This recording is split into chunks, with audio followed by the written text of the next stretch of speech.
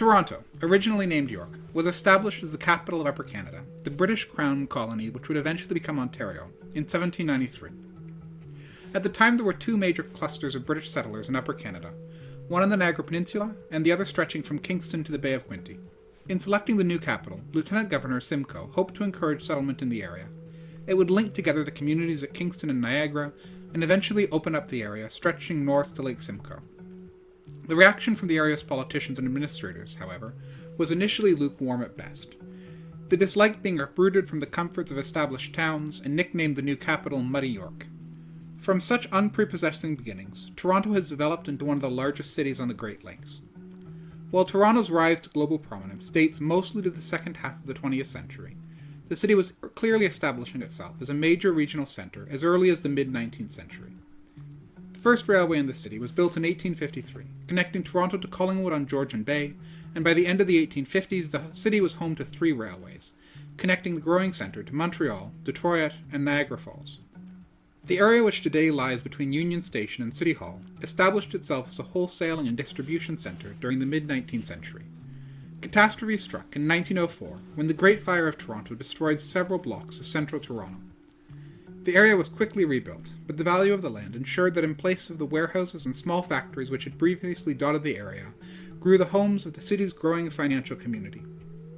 By the 1920s, a generation after the Great Fire, Bay Street had become firmly established as the financial centre of Ontario, a role it has only enlarged upon to the present day. Our walk today begins on Front Street, between University and Bay, immediately in front of Union Station. Front Street takes its name from the fact that, prior to the arrival of the railways, it ran along the city's waterfront. The 3 blocks which now lie between you and Lake Ontario exist entirely on new land, created to accommodate both the railways and a broad range of industrial uses. The city's passenger station, however, was located a block west of the present location for most of the 19th century. The 1873 Union Station was a large Italianate building, featuring a grand train shed and 3 towers overlooking the waterfront. Designed by Edmund Hannaford, the structure was generously large when built, but as the city outgrew the station, a significant expansion was needed in 1893. This expansion, designed by Strickland and Simmons, was heavily inspired by the Illinois Central Railway's Chicago terminal, but even this extension failed to meet the city's needs. An opportunity arose with the Great Fire of Toronto in 1904. The city acquired much of the devastated land south of Front Street and offered the site for a new Union Station.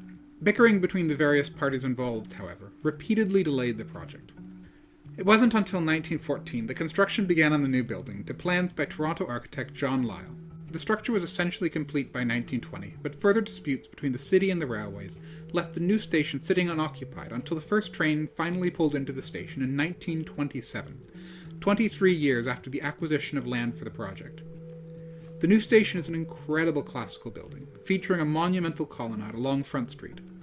The station's Great Hall is one of the city's most awe-inspiring spaces, and is almost always open to the public. Notice the names of many of Canada's largest cities carved into the walls just below the arched ceiling. Tragically, the 1873 station was demolished immediately following the opening of the present Union Station. The same fate almost befell the present Union Station when the Canadian National Railway proposed the demolition of the station as part of a massive waterfront redevelopment in 1970.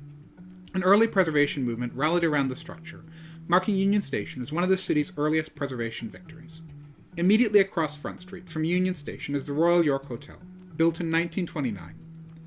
The architects, Ross and MacDonald, had also played an important role in the design of Union Station, and there's no doubt that the two structures were intended to complement one another.